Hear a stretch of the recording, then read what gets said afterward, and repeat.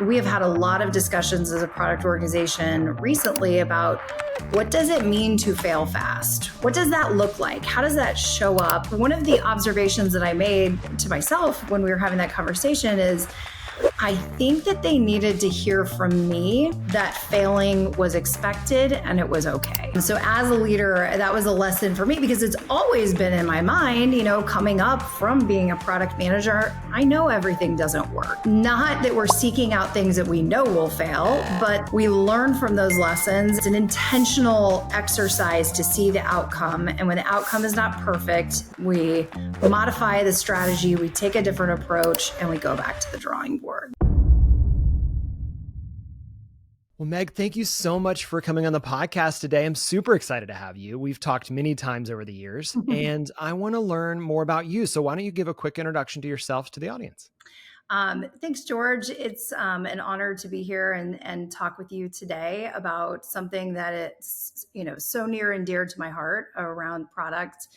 My background has always been in consumer products. So started out my product career at H&R Block. I had an amazing mentor, Randy Cox, and he came in and took over our department and said, "You seem like you'd be good in product. Are you interested in learning?" And so I said, "Yes, absolutely. I'm interested in learning." So he taught me so much about product, and we started Block Advisors together, and then went on to do some of the digital tax preparation, Tax Pro Go, and those things, and the early days of AI with IBM Watson. Yeah. And then when I left, I went to Ascend Learning and got a chance to get back deep into the product development space, working on virtual avatars and training for healthcare professionals. And it was wonderful. It was wonderful to get my hands back in it. And then I got a call, and it was a really cool, innovative startup. And so I jumped at the chance. I jumped at the chance to come in and take on such a problem in healthcare, which is the rising cost of prescription medications. And so try to make a meaningful impact on the patient's life. It's such a fun journey. I love being in product. It's, one thing about me is it's funny. My sister is also in product. She's a product manager. All right. And so we both took very different paths. She took the engineering path to get to product management. I took the education path, and here we are today. And so we have a lot of really good conversations about product and what we're working on, and we bounce ideas off of each other. So it's close in the family too. I think just this curiosity around building products. I'm so jealous. I have no one like outside of the walls of my place. Most people, I start into it and I go, "You're glazing over. It's not going to go anywhere." So you have a sounding board, which I love. Yes, that. I love that for you. good. That's fantastic. Well, interesting. Okay, so many people will start sometimes in a smaller company and then find themselves in a larger product organization, but you kind of started at a relatively large enterprise. Oh, yes. Yep. And then moving that into a product space, and then kind of stepping out into kind of a mid-market product space, and then ultimately to a startup, which was kind of a rocket ship at the time. Yeah. What was that journey going from? What was it like to do product inside of an enterprise context all the way to what it was like to be shaping that as you're going, in the startup world, ultimately through acquisition? Yeah. It is so interesting to reflect on such different environments and different product lines. I think the thing that companies that are large, like H&R Block and McKesson, do are they have the resources to really invest in teaching people skills, whether that is through training that they do internally or having the space to take a chance on a kid who has the opportunity to be potentially good in product, and really teach them how to get the skills, because you and I both know there's not a lot of collegiate level programming that is specific to product development. So you have to find those people who are naturally curious and are good at forming relationships. And like, if you have those things in who you are, I can teach you the product stuff. I can teach you all of the process and the things that we do. So I think I was very fortunate to have someone who took a chance on me, and within an enterprise that had the ability to train me. Um, we did. I had a lot of different products while I was at H&R Block, and some of those were market facing products and some of it was entrepreneurship. So when we started Yeah. Block Advisors, we were kind of, the $1 billion machine needed to keep running, and we were looking for a growth engine to go and build on. And some of those same things we try to bring in. So many of the people on my team have started in other areas, but they're naturally curious, they're great at forming relationships, and they're excelling in product management today. So I think that whether you're at a startup or you're at an enterprise company, both have a lot to offer. I mean, startups are so fun, and you're iterating and you're moving fast and you're responding to the market and your clients. And within big companies, you also are doing those things, but at a larger scale. Your impact is greater because the market that you're serving is bigger. So Mm. I think both have a lot to offer anyone in product or who's interested in product too. Well, and you had such a gift from having that mentor early on, which I think a lot of people miss out on, or they don't seek it out. So good for you as well, in the sense that like you took that opportunity and ran with it. Because a lot of people might not even realize that they're being offered a mentor relationship, or Yes. that it's at their doorstep, and it's something where I go, oh, I haven't considered this. What if? Yes. And that's a really powerful thing to have in any stage of your life. I mean, we think about that as being a younger person, but I think that even now I look for mentors, 20 years in. Probably even more now, right, George? I mean, Yeah. it's you have perspective, but you also have maybe a new appreciation for different perspectives or different Yeah. approaches, Yeah. because you have the confidence in yourself and what you have to bring. And so other perspectives and other advocates for you are so important. I'm curious. You've gone from, fast growing startup, going through acquisition, now in a very large organization. So there's a lot more people involved, which has its pros and cons, because we always say that like this work would be easy if people weren't around. But ultimately they are involved. And there's always this challenge of saying, I know what I would do if it was just me and I was just going to go do it myself. How do you look at bringing your team along? How do you look at like projecting the vision for how we move forward or where we're going? What does that look like for you? What's the strategy behind that? It is a constant evolution. So a strategy is never a one and done, or it's locked into stone and moving forward. I think on the navigating of a lot of people being involved in the strategy and a lot of different pieces to navigate through in product. Um, we need to understand the rules of the game. So as the Mm. leader of my team, I need to make sure that if there are roadblocks or barriers, or that we don't understand some of the internal processes, that I go find that out and bring it back.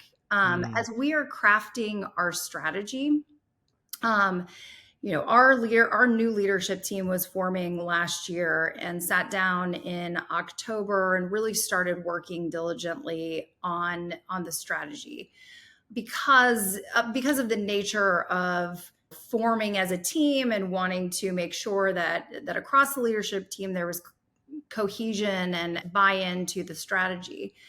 Um, as we have taken that out to the rest of the organization, I think going forward we're going to do it differently, because the market insights and the market intelligence and the client feedback and all of those components that as a product organization we should be doing should drive the strategy. And so we Yeah. kind of did that as a leadership team and mined that feedback, market intelligence, to build it. But going forward, that's going to come up through the product organization. So making sure that they have the right connections to get that, the right tools to go find the market research. But it is an ongoing process. And I think as the leader of product within an organization, my biggest job is communicating the vision, making sure that people understand the what and the why, where we are going. It is our North Star of where we're moving as a company. And so I have had to also check myself and say, you are not needed in the weeds. You are needed to bring people along. Your team is very well equipped to go do that, and they are rock stars.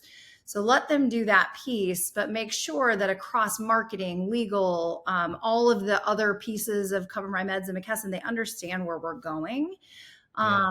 And so that is something that, as we have put the strategy together, I spend a lot of my time thinking about the coordination and the communication of strategy, and why we're doing things, where we're going. But now, our fiscal year starts on April the 1st. So now that we're 2 months in, I just had a conversation with my team yesterday about, their role in communicating vision and strategy too, right? Yeah. It's not Yeah. just the leader, but as you take your product out to the organization, so critical that you get the buy-in, that you are reinforcing the vision, and that includes my product owners as well and my UX Hmm. team, that all need to be aligned so we can take that out and we can start to talk about the evolution of where we're going to, because they will be writing, they will be at the table writing strategy for next year as well. And so conveying why that next evolution is so important needs to Yeah. come from them too. Well, and I think that when you talked about it being kind of that iterative living document, right? If you don't have, I think you're absolutely right. So let me make sure that I understand correctly. When you're thinking about at the leadership level, you're shaping and giving the direction to that Yep. strategy. Yep. But ultimately they have to live that strategy out, right? And they're feeling it, boots on the ground, the front lines of where does this land, where does it not land, where are we getting pushback, where are we finding friction, is that friction necessary, do we just Mhm. need to endure, or is that friction a signal of some sort that Yep. says we need to adapt, right? And then ultimately that being brought back up to you because they understand the strategy, and then saying, okay, how do we refine this, whether it's on your annual cycle or maybe even less than that, how do we refine this to make sure that we're still headed in the right direction? Am I understanding that right? Yep. I would say absolutely that is how I view it. The Mm, other thing is that because the strategy is a living document and because it is constantly, I mean, as a leadership team, we looked 5 years out. Where do we want to be in okay. five Yeah. years? Right. And then we're working back to what steps need to happen today. Mm-hmm. Not everything that we build will be a success. Not everything that we thought was part of the strategy should be. And so we have had a lot of discussions as a product organization recently about what does it mean to fail fast? Yeah. What does that look like? How does that show up? And one of the observations that I made to myself when we were having that conversation is I think that they needed to hear from me that failing was expected and it was okay. Yes. So as a leader, that was a lesson for me because it's always been in my mind, coming up from being a product manager, I know everything doesn't work. But Right. there's also that pressure to really make sure that everything they're putting their stamp on is 100% perfect. But nothing is, don't get to perfection, strive for excellence. Let's try to do that. And so we've had a lot of conversations about that recently, but I think if there are product leaders listening to this, tell your teams it's okay to fail and that actually you want to hear about it, you're going to celebrate it, and that it's expected as part of their role. And it is not that we're seeking out things that we know will fail, but Sure. that Yeah. we learn from those lessons, and that it is, it's an intentional exercise to see the outcome. And when the outcome is not perfect, then we modify the strategy, we take a different approach, and we go back to the drawing board. So, I think it's so good. It makes me think of, I've got 3 teenage girls, and there's a little bit of like, if you're talking to me, I know we're fine. yep. And if you made a mistake and you're still telling me about it, then I know we're great. Mhm. And I think it's the same model where when you're talking to your teams and saying, hey, I understand that if you're not trying, or if you're not failing, you're not trying, right? And so I need you to try and move this strategy forward, get to these potential milestones and goals, and we're going to learn along the way. But if you don't communicate with me what's happening and what's not happening, because I heard you say that they need to share it, they need to come back and Mhm. say, here's what worked, here's what didn't. And it sounds like you have created an environment, a culture of safety is maybe a little overused as a term, but at least a place where it is appropriate to bring those back to you and you've got their back. Yep. We used the term psychological safety as we were talking about it as a team.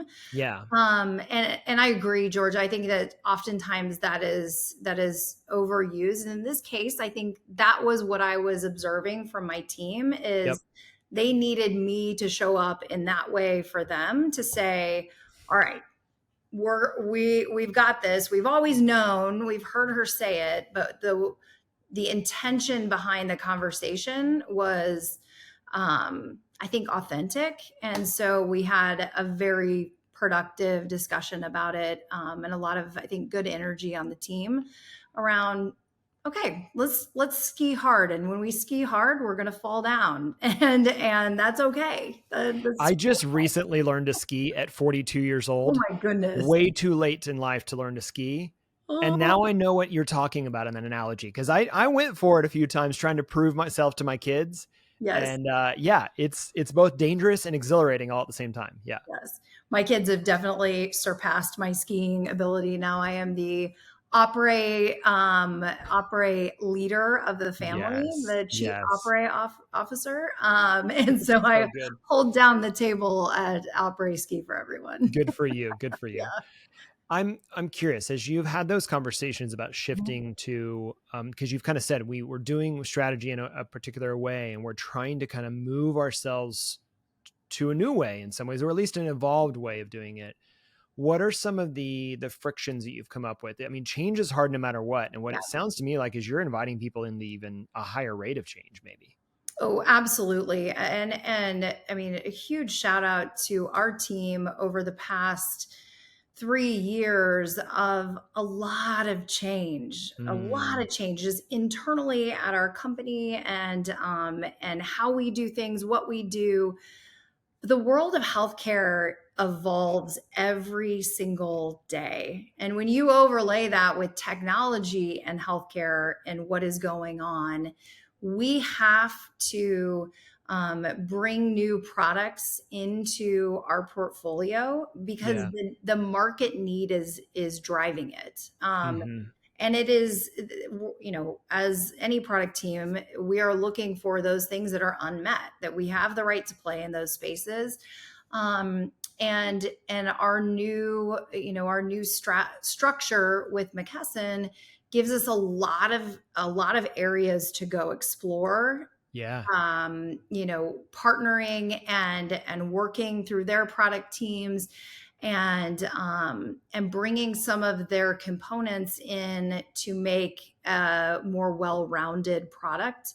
So we've learned a lot over the last 3 years, and I think that we'll continue. I mean, anyone who has gone through an acquisition knows that it's exciting, it's frustrating, it's rewarding, it's challenging, it's all the things.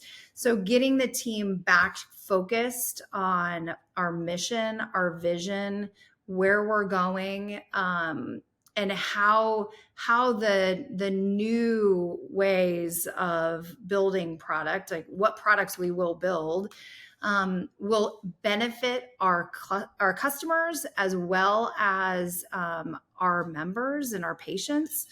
That's the rewarding thing, I think, for me as I look at diversification of strategy. And it's we're not just building to build, we are building intentional products that will be, I think, game changers in the market. It just takes a lot to have everyone get on that same page, right? To buy Yeah. in. And one of my good and bad qualities, if this was an interview, I would say I am absolutely excited by and okay with change. And I will Mm, move on a dime to, if the strategy needs to move, I am the first one on the bus. I'm driving. I'm getting around it. And so as I've gone further in my career, my leadership, I have had to check myself and take a step back and say, you've got to bring others along, Yeah. especially in the environment that we're in, because I go from 0 to 60 and say, yep, let's start moving. Others need me to bring them along, tell them why I'm so excited. It's such a tension to hold because you're willing. I'm the same way. I mean, oh my goodness, the amount of conversations where I've had, because I do give my team the permission to give me feedback. And there's times where the team will go, George, you were so far ahead, or you're so far about around moving so quickly that we thought that every idea you had was a mandate. Yep. And I thought, I don't know what you're talking about. I was just, we were strategizing, we were thinking, we were experimenting, and they're like, no, no, no. Everything we heard, we thought we had to go execute on tomorrow. Yep. And you said 200 things. And Yep. so it was like, well, how do I better communicate what's important? How do we row together? And that goes back to your strategy statement. Like, how do I get people aligned on what matters, why it matters? Are we rowing in the same direction? Because we can all be rowing, but if we're not rowing in the same direction, we're just going to spin the boat, right? And then how do I get the team to go, okay, you understand the why, so that now I can really get out of the way, Yep. and you can do your best work of your life, God willing. Yep. I think that one of the elements that we've spent a lot of time and focus on is cross-functional alignment. So Mm, making sure that we have forums and opportunities for those cross-functional teams that are working on different product lines to be with the leadership team to kind of cut out some of the noise of back and forth and what can work, what can't work. But planning workshops and really yeah. going through in detail. We have shared OKRs across our organization where leadership. I think that was, as we were a newly forming leadership team, I would say that was an opportunity for us last year where we had OKRs that didn't align amongst leaders. And Yeah, that everybody had an OKR, but they maybe didn't connect. that caused a lot of frustration and rework for our teams. And so as we went into this year, we all recognized it and said, we have to make that a priority. We have to make Mm-hmm. sure that everyone knows that we're all aligned, even though we say that, but like how we're showing Yeah, up doesn't equate to that. But then also we check the strategy next week. We're having a strategy session, a Q1 strategy session that's a day long to just say, are we still on track? What's changed? it's What's good. possible? Yep. How are we trending to milestones? And so that's our whole extended senior leadership team, which is um, me and my direct reports, our engineering leader and their direct reports. So it's a huge group of probably 60 of us Oh, wow. that meet, but we're going to talk about the strategy because it's a living document. Or Yeah. is this the most important work for us to do right now? It kind of sounds like a strategy retrospective in some ways. Some ways, yeah, that's a good way to say it. One thing about the retrospective in engineering is that the event has already taken place. So this is Yeah, almost that's a like good a point. check-in, right? Yep. To say it's okay if we need to switch or to move, or you need more support on one of your products. We Yeah. want to know about that and get you that help that you need quickly because we're already 2 months into the fiscal year. So Yeah. three, It's three interesting. months It's in. interesting. We're a little bit unique because we do retrospectives almost every sprint. I love that. So in the way that we talk about it is like what's going great, what didn't go great, and how can we work better together? And those are like, if at a minimum, those are the three questions that we need to ask. It's just like some things went well. That's inevitably going to happen, God willing. Some things are inevitably not going to go well, and we need to talk about those. That's that vulnerability space to talk about what worked, what didn't, Mhm. and then how are we going to be better together, is a big piece of that because it's back to, do we all have shared OKRs? Are we all still headed in the same direction? Are we making progress towards the goal?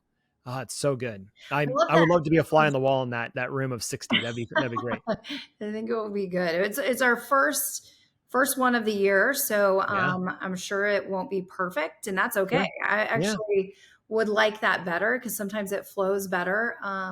But we have a really good group of directors and managers who are coming along for the change because this whole process didn't exist last year, where we Oh yeah. had the defined strategy, that we have initiative owners, that we have the extended leadership team meeting monthly. Yeah. And so we're figuring it out. And I think that, by Q2, Q3, we're going to be rocking and rolling with the group. But yeah, it's a little different. But I did want to comment on your retrospectives, because so often in product we get a retrospective when something has gone wrong. So Yes. what Yes. I Yes. loved about what you said was we do them after every sprint, and we talk about what went well, what didn't go well. And so you're constantly learning and changing. I think that's so healthy to do that. It's hard, but I think that it's a discipline about creating, again, it's about making space, right? So it's a Mhm. discipline of making space for when are we ever going to talk about those vulnerable improvements? Yep. And because otherwise people just go, it's fine, let's just keep moving forward. We'll figure it out. And if you don't address what are we figuring out, then it just never gets better. Yep. And it was something we did out of necessity, quite honestly, because we went for months, and we went back and we said, well, why didn't anybody ever say anything? Right. And you go, well, I didn't know how I was working. I had to, design more screens, and I had to write more user stories, and I had to build more, design more, or write more code. And they were just doing work. Yep. And if we didn't create the space for it, and it just, I think that it's the intentionality of the discipline of the work that we Yeah. do. And that's one example, but I think there's others like that, where I think you creating a space for your team to come together as a larger organization. I can't tell you how many clients we've worked with where we go in and we find out that they've never met each other, that the teams they've never even said hello. They don't know what each other's names are. Yep. And then you go, oh no, I wonder why you're not seeing the results that you're looking for. So Well, yeah, I think it's a it's great. true, especially in a big organization. There are so many pockets of Yeah. different teams, different products. And I think it's a luxury of those of us who are in companies under, I mean, Yeah. I don't know Oh, where totally. exactly we're at, but under 500, Yep. is you should have a pretty good idea of who you're working with. And I think the next step is really knowing them, and Mm-hmm. spending time, even beyond the work stuff. It's like, I know that one of my team members is going to Iowa for her mom's 85th birthday, and how much that means to her this weekend, right? But it's knowing that kind of stuff, because then you have the perspective of what drives them, what motivates them. So hopefully in these bigger groups, Yeah. there's a more of a chance to connect with them, and because I'm close with my team, but it's getting out closer to everyone else, and knowing them on a deeper level too. It recognizes that we're all humans, right? We're all people doing this thing we call a product. Yep. Hence the name of the podcast. There's a whole Exactly. reason we named it that, Yep. because we were really passionate about the fact that at the end of the day, this is human beings trying to work with other human beings. Mhm. And that's a hard thing to do. Yep. I mean, it's a mirror. I sit in this building, and a lot of our clients are construction engineering firms. And I think it's a miracle this building got built, Yes. because I've seen construction sites, and they aren't kind to each other sometimes, and they don't clearly communicate, but yet the concrete gets poured, the steel beams get put up, and the same thing happens in technology and product. You go, man, we are talking past each other. How are we ever going to get this thing built? But again, if you don't have that trust and that Yep. relationship and that empathy for each other and the user and the stakeholders, it's almost impossible. Yep. I think that is an area, communication and collaboration, where technology, this may be controversial, but where technology may have put limiters on Mm. collaboration, right? So we have all the tools at our disposal, but anyone who takes a survey for a company or is reading the results of company surveys, everywhere I've ever been, communication and collaboration are always on the we need to fix it list. Yep. And I've asked my team, I've asked other people within organizations, how do you make it better? And so we've, as our team, we've talked a lot about how do we make it better? Because it's maybe the number one, number two job of a product organization That's is to right. ensure good communication, good networking, not just sending an email and saying, well, I sent the email or I sent the requirements, so I thought they were okay with them. Like, no, we have to, you can't just send it. We have to actually talk about things too. Hmm. Yeah. Which I think I is learned something from my dad years ago. A couple things from my dad. He was, as a dad moments go, he was an engineer but more of a traditional electrical engineer, safety engineer for a nuclear power plant. wow. And he taught me this idea of a three-way decision making or three-way control conversation. And it's this idea that I'm going to tell you a thing, then you're going to tell it to me back, and then I'm going to tell it to you again to confirm that you said it right. Mm-hmm. And it's that three-way communication, which of course has now been used in lots of different places. But I remember, I mean, we obviously don't do that in practice. It'd be really super awkward and weird. But that ability to go, okay, what I heard from you was this, or I confirm that I actually heard what you said, or that request that you sent through, or the acceptance criteria you wanted me to agree to, or whatever. Because ultimately, what we have found is that most people have different images in their brain. Yep. We used to do this thing called the crazy eights, and we would just as a workshop activity, you fold a piece of paper into 8 pieces, and then you give people a prompt. This is great with AI now. I'd love to see Oh how this yeah. played out with AI now. It's literally, I was prompting as if they were AI, and they had to sketch out what they thought I meant. And then you would give them another prompt. They'd sketch out another version, and then everybody puts their pictures up on the wall, and there would be hundreds of different ideas Mm-hmm. but yet the prompt was exactly the same for everybody. Yep. And I think that's a challenge when in the world that you're talking about, when you're trying to shape and give clarity to strategy Yep. for an organization that needs to move fast enough to hit the market opportunity. It's 60 people have different views in their head. Yes. And that's a big challenge. It's the number one problem is communicating and collaborating. It's funny that you bring up that three-way decision-making approach. Starting in July, we're actually um, teaching all of our company about that, Oh, interesting. Yeah. and setting it up, giving time to train. I think I will be one of the trainers. I think we were at a leadership event last week and really got to learn about that. And I think there are ways to soften it, but Sure. the Yeah. concept of repeat it back. Mm-hmm. Did you hear the same thing? And then you are able to show that you're actively listening too, right? Because Yes. you Yes. have phones going off, you have meetings coming up, you have emails coming in, chats coming in, work to be done, all those things. So if you're really going in to listen, turning all of that off, Mm-hmm. it was a good reminder to me last week when we were talking about it. Again, it's intentionality. It's hard. Mhm. I'm curious. So you've made this switch towards this new kind of strategic approach. Mhm. Um, there's a utopian idea in your head of what this could really look like, and like the perfect, like, snowflakes are falling and there's butterfly. I'm like, it's beautiful strategy. Yeah. But as you're talking to folks, or as you see people trying to strive towards that kind of perfection and that really good goal, that a good intent, where do they get it wrong? Where is it just like, we keep falling on ourselves at this point? What are some common pitfalls that you see? Um, that's a great question. Some of the things that we're really focusing in on is how we measure success. Mm, So the initiatives that we've included in this year's strategy are intentional about where we need to go in 3 to 5 years.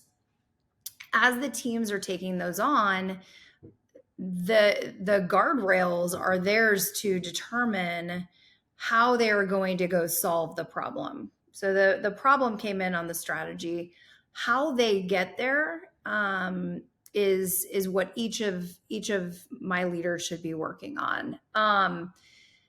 I think where we get it wrong sometimes, first of all, I think that point of making sure I have all the data, all the information up front before I start moving is one area.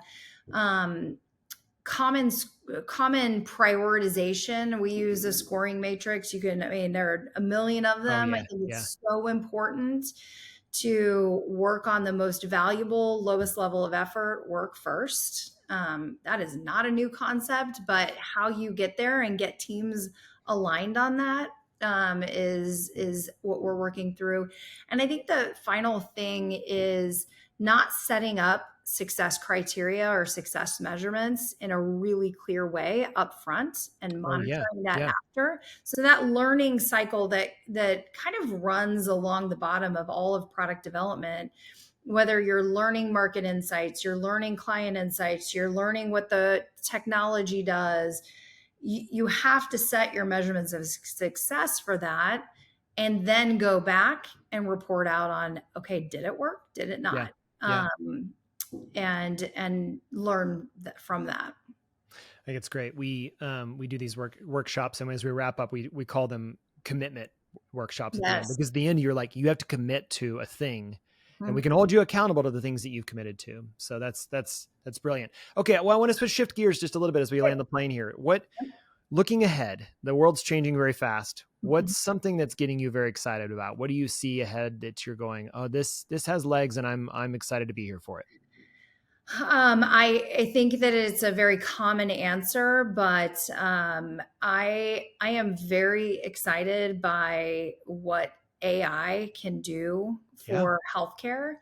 Um, there is so it is the possibilities are endless, from whether you're developing a drug and something like the COVID vaccine and the mRNA technology, or you're taking products to market, you're simplifying the healthcare journey. So when you think about Yeah. somebody who's on a specialty medication, so whether that's cancer or any sort of really high intensity medication, their journey is so complicated. And it is because data is siloed across every single part of the healthcare chain. So as I look at what could we do, what are the possibilities with AI, um, the streaming together for the patient experience, I think from this year to 3 years from now will be completely different, Mm. and really fueled by the quick ability um, to generate new experience through AI. I just don't even think we can imagine it yet. It's Yeah. literally like almost unimaginable. I'm so both Yes. excited.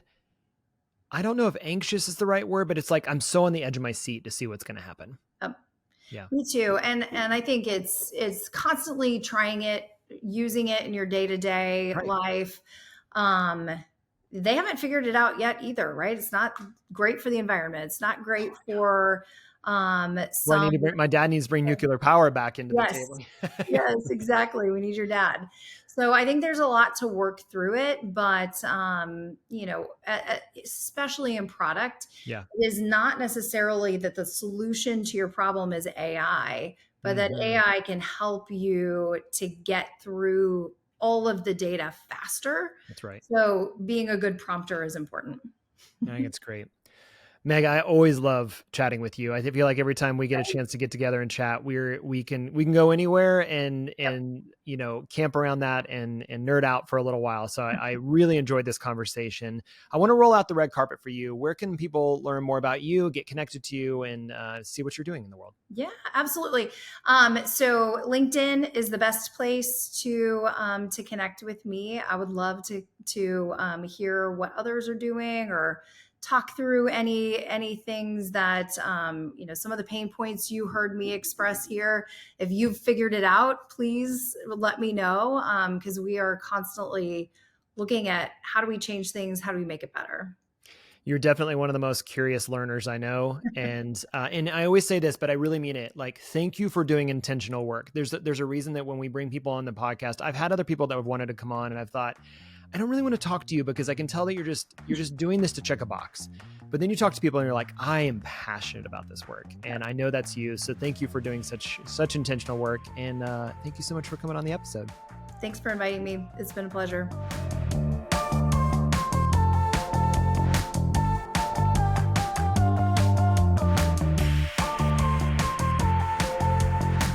People of Product is brought to you by Crema, a design consultancy that helps forward-thinking leaders discover, understand, and execute on their greatest opportunities. Learn more at crema.us.